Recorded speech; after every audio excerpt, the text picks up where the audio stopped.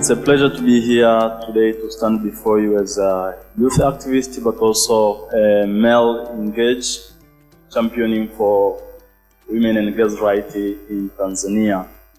And as it has been shared by Kennedy, I was also born in a patriarchal family. I have 2 brothers and 1 sister, so we are 3 male and one female. And all of us, the boys, we attained university education, but my sister ended up in primary school education. And it's not because she didn't have a capacity to go to secondary school and then to university. It's because by then our parents, or because of that patriarchal system, they believe that women's place is in the kitchen, but also women should stay at home and wait for their turn to get married. And by that time, I didn't know what to do to change that situation, although it troubled me a lot because I was believing that my sister would have an equal opportunity as myself and my brothers to have access to education, which is key to life and development.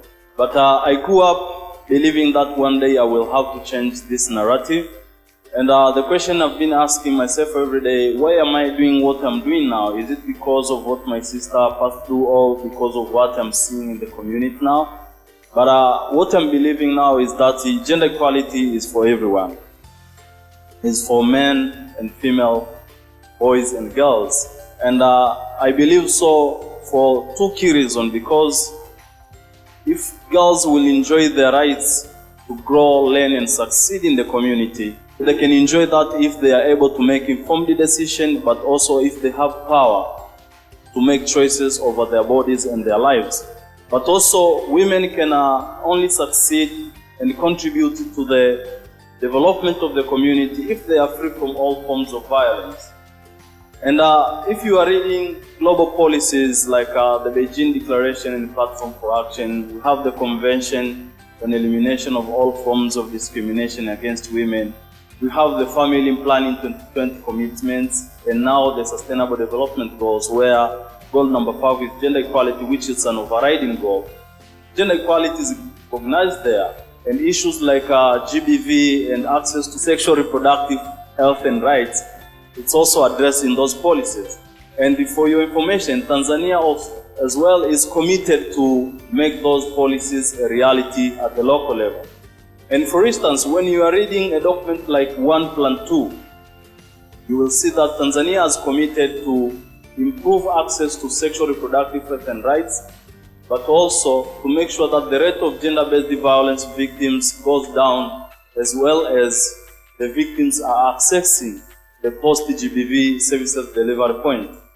But I've been working in the rural areas of Iringa and Dodoma for the past 3 years.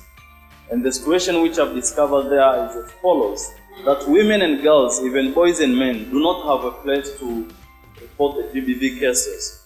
But sadly enough, there is no high quality and youth-friendly reproductive services in those communities. And as a result, the rate of dropout due to teenage pregnancy, child marriage, and newborn and maternal mortality is alarming. And for those who are reading statistics, 27%, we know that 27% of girls between 15 to 19 years are pregnant or are already mothers with their first child. But also 37% of girls in Tanzania, they are married before attaining the age of 18. So my question is, how can women and girls enjoy a life free from all forms of violence if we still have a community where gender-based violence and access to sexual reproductive health and rights services is still a challenge? How can women live in the community? How can we say that women are economically empowered if we still have GBV and they cannot access to sexual reproductive health and rights services? So that is what has driven me to work with Restless Development for the past 3 years, to build the capacity of young people and to advocate for access to comprehensive sexual reproductive health and rights, but also to eliminate all forms of violence against women and girls.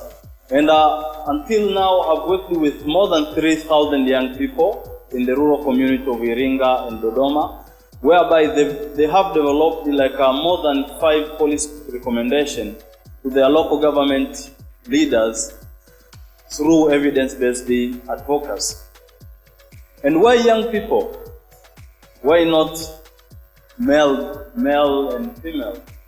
Why not seniors? Because we believe that young people have what it takes to drive changes in the community. Young people have the power, have the ability, but we have to unlock their potential so they can realize their power and they can amplify their voices in the community. So what we have done so far, we have built the capacity of young people to conduct the data-driven accountability by do research, collect data by analyzing the situation of gender-based violence in the community and access to sexual reproductive health and rights services, and see how far the government have implemented their policy commitment.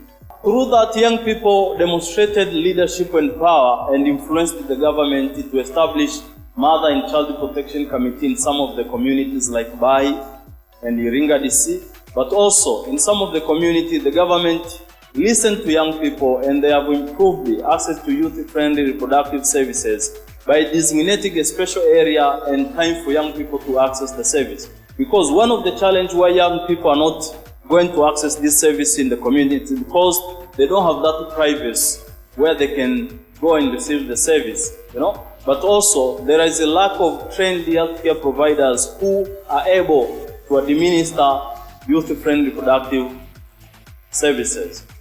But is this enough?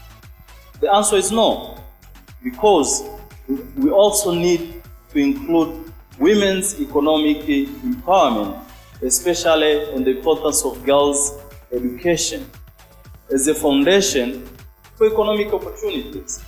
And I'll give you an example. For those who are reading or following news, you will learn that the COVID-19 pandemic and its impact has affected access to education among children, with girls affected more than boys. But for Tanzania, we had our pandemic before even the outbreak of COVID-19. What is that pandemic? Yes? Teenage pregnancy, child marriage, female genital mutilation, and lack of access to sexual reproductive and rights education and services. So now you can hear the stories that we have increased the enrollment of girls are now going to school, but have we invested in quality education? Have you reformed the laws and policies which are discriminating against girls who are affected more than boys? So I want to say that when you are investing in education program for girls and increase the age by which they marry, it will return $5 for every single dollar spent. That is what has been researched and said. And by doing so, we will leave that saying that when you educate a girl child, you have educated the whole community. You see?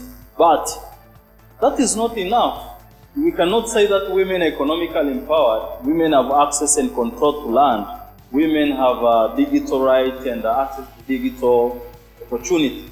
If they don't have access to sexual reproductive health and rights, if they are not free from all forms of violence, but also if they are not sharing equal seat in the leadership role, we cannot say that women are economically empowered because these cannot be treated in silos.